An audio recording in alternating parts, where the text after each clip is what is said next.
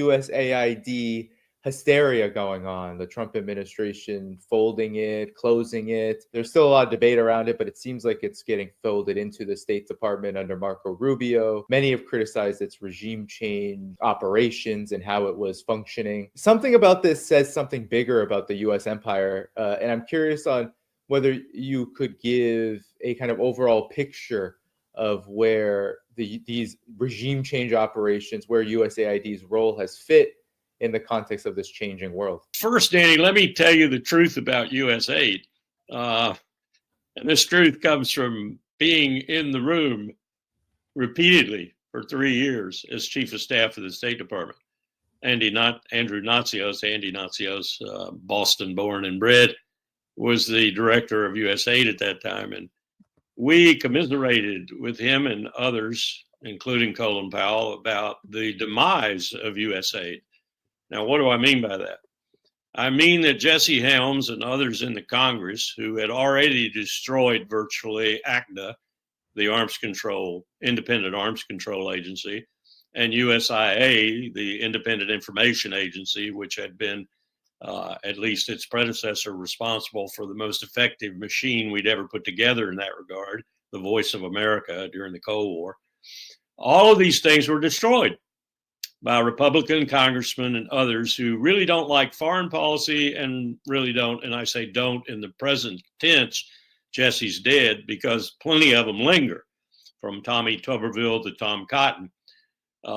What aid is and was for us, disappointingly so, and has continued to be, is a few people of the traditional aid character belonging to USAID and by extension to the US Department of State, managing hundreds, if not thousands, of contractors, private contractors. Oh yes, we privatized everything in the US government under Dick Cheney, and we privatized development. And what that meant was a couple of things that were really disastrous to the original USAID mission. One was that all these contractors competed with one another, as is normal in a capitalist system, for the contracts. And so there was no sharing of best practices. There was no cross-border, if you will, or cross-county or precinct. Afghanistan comes to mind immediately. No one would share anything that they learned in one province for the other province, because that gave your contractor competitor a knee up. It gave him your information. So USAID became basically dysfunctional. It couldn't even do anything really comprehensive because it had all these contractors. Now, where do these contractors basically come from? Well, occasionally there's one or two hired in country, but most of them come from the United States. Now, you know the United States Congress's reason for doing this primarily. All this money flowed back into the United States, but development suffered as a result of this change, because it was a fractious, disconcerted, uncoordinated effort in the field, and the managers who were professionals at it, and usually foreign service officers or the like, civil service or what have you, who knew what they were doing, were totally frustrated. At one point, Colin Powell actually thought about getting rid of the whole apparatus, which is what we're doing now, maybe. But it was a reason to do it, because it was dysfunctional in such an enormous sense. All it did was make money for contractors, most of whom were based in the US. Now, do they know that? Does Elon Musk know that? Does anybody else in the Trump administration know anything about what they're doing? Probably not, because what they're doing is just doing it for political purposes. So I have no idea how to comment on what it means to Marco Rubio. Now, Marco Rubio may understand what I've just said, at least intuitively, if not comprehensively, and wants to maintain something of the old USAID, for example. Maybe even had plans to revitalize it in that regard. He'd need the Congress to help him, of course, to do that. But in any event, this is a tempest in a teapot in every respect in terms of the effectiveness of the U.S. International Development Program. And don't get Samantha Power to tell you about that, or anybody else who's been involved in it, and probably Condi Rice, Powell's successor as Secretary of State, because they want to maintain it. They want to keep that. They want that money to flow wherever it flows. It's kind of like the contractors in Ukraine. The money doesn't flow to Ukraine. The money flows to Lockheed and back to the United States, the arms money at least. So that's the first point I'd make. And then the second point I'd make is the same one that I think Steve Walt made yesterday. I haven't seen the article yet, but I've been told about it. Donald Trump may have peaked in his power, presidentially speaking, this early in his administration, particularly with these tariff deals. I'm going to put tariffs on Canada. I'm going to put tariffs on Mexico. Oh, no, now they're going to do what I want them to do, so I'm not going to do it. A lot of what he's doing right now is just that. It's to scare people. It's to make dramatic notes in the market, as it were. It's to maybe sometimes fulfill campaign promises, but he has absolutely no idea how to make any of what he's promised work. And the big problem right now is Ukraine, because he has no idea how to make that war stop. None whatsoever. If he did, the very first visit he'd make would be to Moscow without Zelensky anywhere around. He would ignore Zelensky as he flew over him, go to Moscow, sit down with Putin and talk. And between the two of them, they could probably come up with subsequent talks with experts, not people like Trump is appointing to his team, but real experts. Putin would have no problem doing that. And they could get this thing ended in a month or two, probably. And it'd be ended on the basis of what Donald Trump himself has said in the Newsweek article, at least, which I assume was a leak, are the main parameters of a deal. And it'd be over. And Putin would not be interested in any other attack on any other NATO country. I guarantee you that.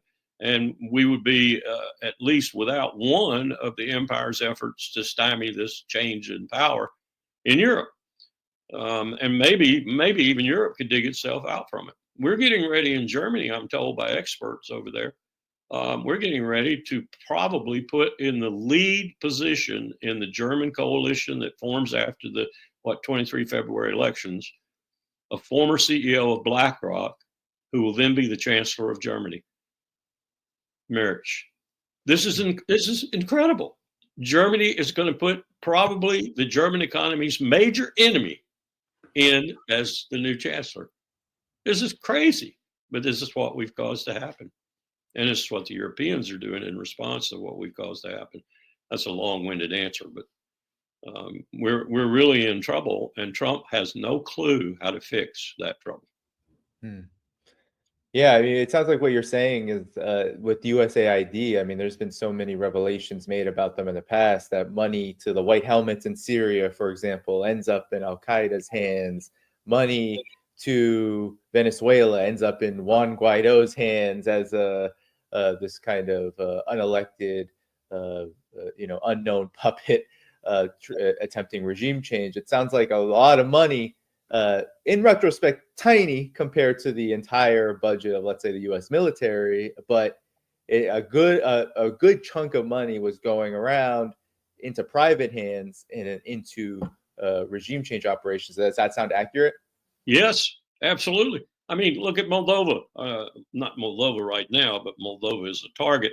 Look at Georgia and the Dream Party, and look at most vividly, look at Romania and Colin Georgescu, who won the initial poll count, if you will, to get into the elections and possibly be the new leader of Romania. And immediately when that happened, we sent every NGO on the face of the earth, every CIA operative that wasn't busy elsewhere, and they're busy all over the globe, I guarantee you, to get that situation reversed, to make sure that Colin isn't elected the leader of Romania, because he's promised to take Romania out of NATO. Be another Viktor Orban in NATO, another burr in NATO's shoulder.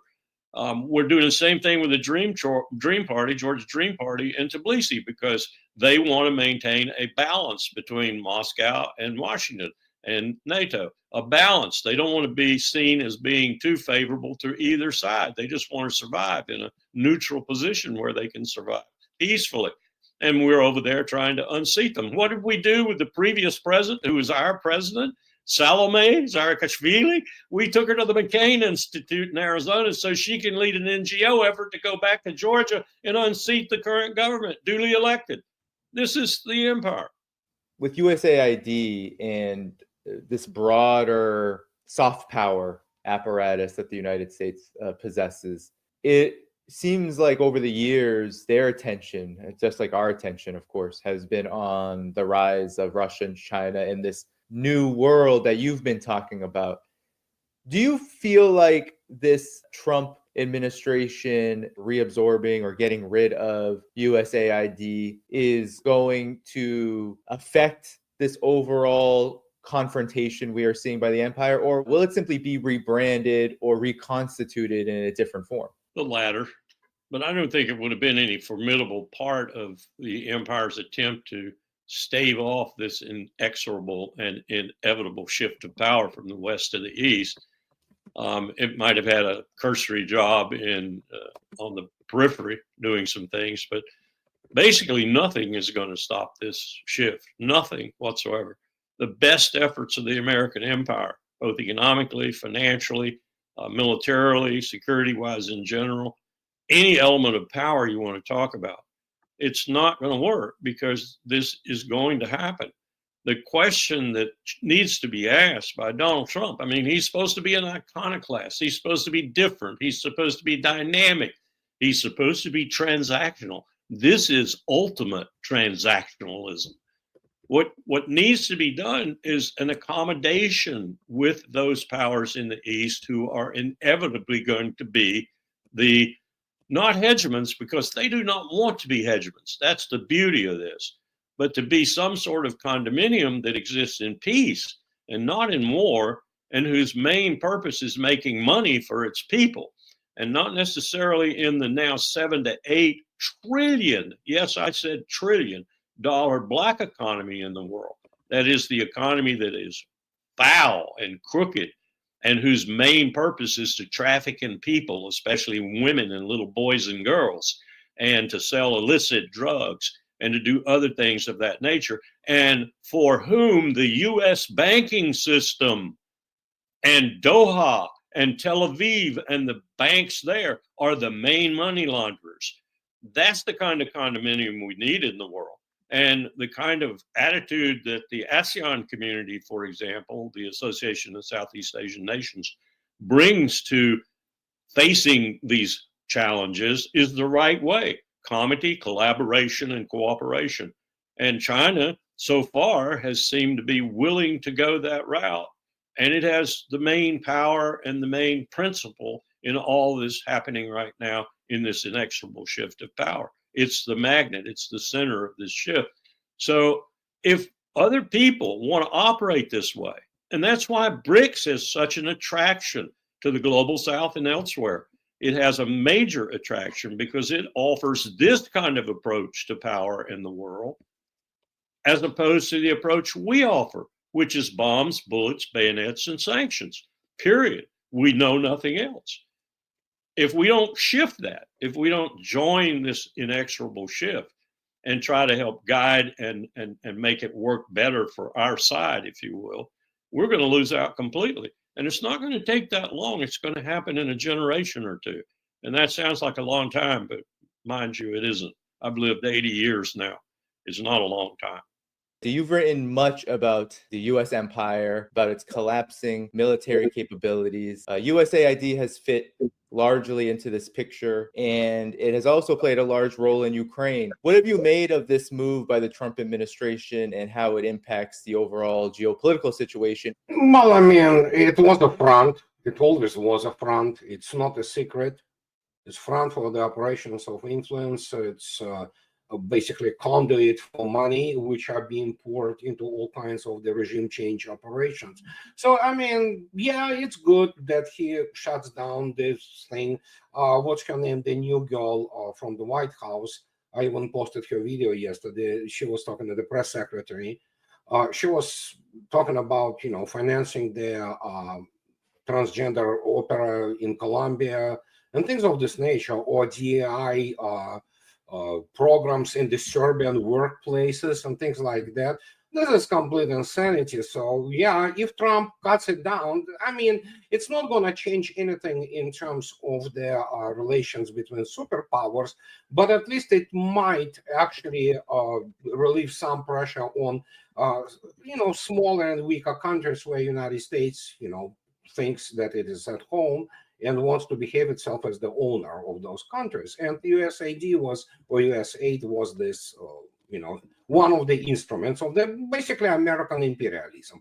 It's good, as yesterday I wrote, it's very good that Trump dropped all this pretense. Finally, we do not have to go out and, listen to this nauseating, pardon my French, BS about human rights, democracy, and things like that. This is American imperialism, and it's changing its, so to speak, modus operandi a little bit, because obviously the United States is extremely stretched in terms of resources, and one of the on the cutting block was this organization. As this USAID situation is happening, there's also the continuation of military assistance to Ukraine happening at the same time. I'm curious, did military assistance really ever end to Ukraine? And talk about, if you could, how USAID has been involved in Ukraine, because not many people know that USAID was also involved there as a soft power institution. No, I mean, USAID was doing in Ukraine the same as it does everywhere, promoting all kinds of the insane ideas, which in the end should work for promoting the United States interest. Simple as that. There's nothing really new there. And again, USAID or USAID is just one track on which the subversion of Ukraine and changing of the regime, which is coup d'etat in 2014, was happening. So much of it was also going through the direct State Department, such as Victoria Nuland or insane late John McCain and his so-called Institute for Democracy, which are all fronts and grant eaters for all kinds of the nefarious operations. So it's again, as I already stated, there's nothing really secret about it. It's in the open, and yeah, Ukrainians embrace that because they loved it at that time. They don't love it anymore. So, and as per military assistance, yeah, there was a kind of pause, but again, it resumed, and yeah, so it changes absolutely nothing, because United States has literally zero what it can provide Ukraine in terms of the quantity and quality, very low quality of the American weapons, which can change or alter in any way the outcome of what is happening right now in special military operations. So yeah, it's pretty much a lot of noise around it, definitely. But other than that, business as usual. Yeah, there has been a lot of noise, Andre, and particularly there's been a lot of noise about Ukraine as of late by Donald Trump.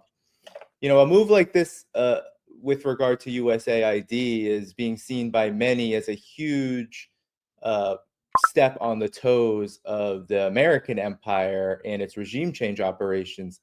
Yet Donald Trump has continued military assistance to Ukraine, which started as a regime change operation, which USAID supported. So how do we square these circles, Andre? What have you made of this period of Donald Trump's beginning weeks as president of the United States? Well, Donald Trump talks a lot. Okay, he always did. Most behind his talk is empty words, which, for example, Russians coming out and constantly debunk his statements like, "Oh, we have successful negotiation." Which negotiations? Actually, as it turned out, then of course everybody begins to read this content of what he's talking about. They merely discussing possibility of scheduling some kind of meeting. So probably on the level of the working group, probably the Keith Kellogg will go out. He will parade themselves there as basically a joke. Russians will laugh at him, and that will be it, I think. And again, even that is not in plans. When you have the spokesperson for Kremlin, Mr. Peskov, and First Deputy Foreign Minister, Mr. Ryabkov, speaking that nobody contacted us or anything, yet somehow the negotiations are successful. Well, I guess this is what Keith Kellogg and Trump administration does. They are staying in contact with Ukrainian side. and they will continue to stay with them. Russians are not interested, and as already so many times have been stated that, yeah, Russia is ready for the negotiated solution as long as, those points or items have been, satisfied. And we all know about what Russians are talking about. So yeah, it's all PR. It is all, verbiage to cover up that now we have 2 weeks of Trump official basically staying as in their old office as the president of the United States. And as I suspected, and I was saying this for the last year nonstop, because already by the mid of the year, it was clear that he's going to win the election, that he will have about 2-3 weeks max before this war in Ukraine becomes his war, and his presidency will be ruined together with the remnants of American self-respect, and and the humiliation will continue. So evidently he's hell-bent now to make this war his war, despite the fact there's all this lofty rhetoric. Remember, 24 hours, now is 100 days, then it will be 100 years. So, and yeah, it's just all political theater. It's all for political show, but reality substance is not there. He literally has nothing to offer Russia. It's because Russians don't care about sanctions. They don't care about anything. They care about actually moving NATO out of the way. And they want to discuss with Trump, not Ukraine. Ukraine is not America's business to start with. The United States have been thoroughly defeated and humiliated in Ukraine. And in Europe, it is about the overall security structure, so to speak, in Europe. And if the United States is not ready to give what Russians demand, then yeah, there will be no any kind of substantive, negotiations. Albeit, Russians are really good. Fact is, Russian diplomacy is the best diplomacy in the world in terms of pulling the cojones of the cat, and so Russians will be involved in those negotiations for years or whatever, but meanwhile, the dynamics on the battlefield is very clear.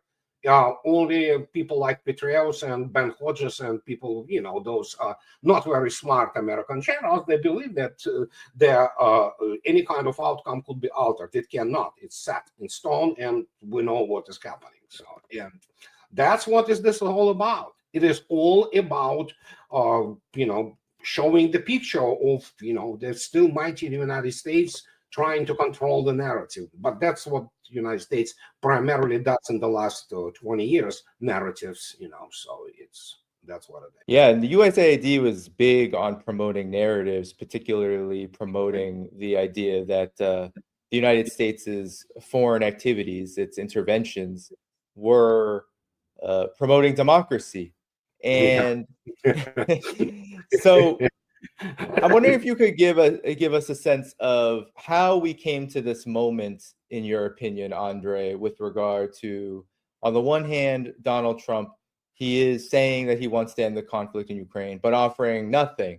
And on the other hand, he is using his first weeks of his administration, ostensibly targeting a particular organization which is about promoting, quote unquote, democracy and conducting regime change. It seems like there's a contradiction in terms here, Andre, and I'm curious about how do you see the Trump administration's moves here in the context of promoting so-called democracy? Well, there's no promotion of democracy. Trump has already stated he came out swinging, and he's talking about American imperialism. Nobody buys this BS about democracy, human rights, and things of this nature. This is for the naive people and people who cannot think rationally, really, which is in some cases sadly, affects a whole nation, like it happened in Ukraine.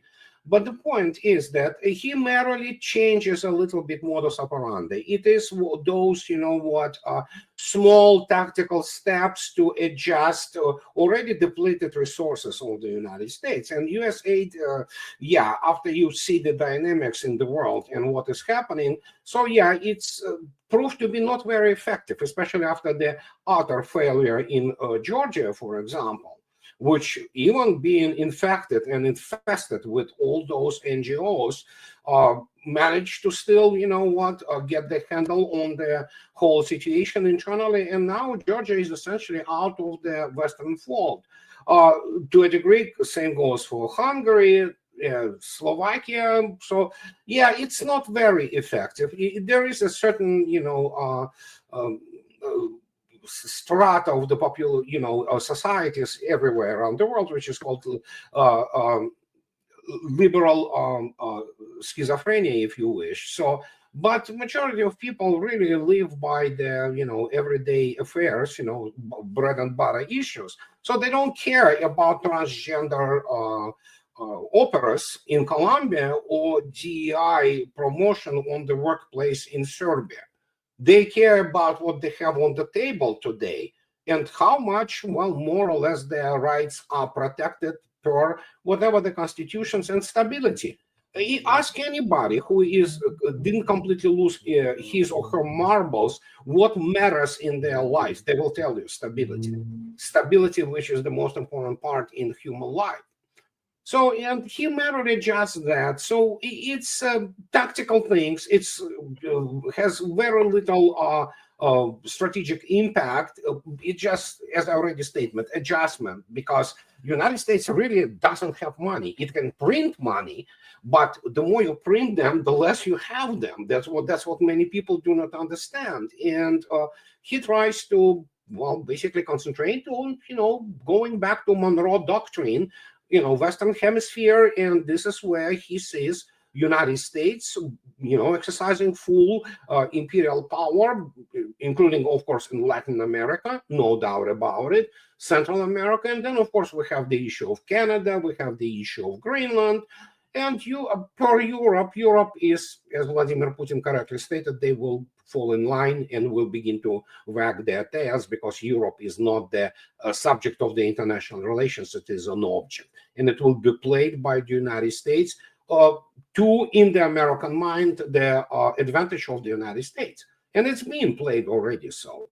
But yeah, it's deindustrializing with an incredible speed, especially when you look at Germany, for example. And so that's the Trump's imperialism, which it always was. It's just that he doesn't like to anymore pretend anything. And I think so it's a very healthy process in this respect. Here's the guy comes out and said, I'm imperialist, I want to do this, and there you go. Take it or leave it. And I think so it's a very positive development, because nobody now has to sit down in some corrupt organization like United Nations and listen to this BS about democracy, human rights, and all kinds of things of this nature. So simple as that.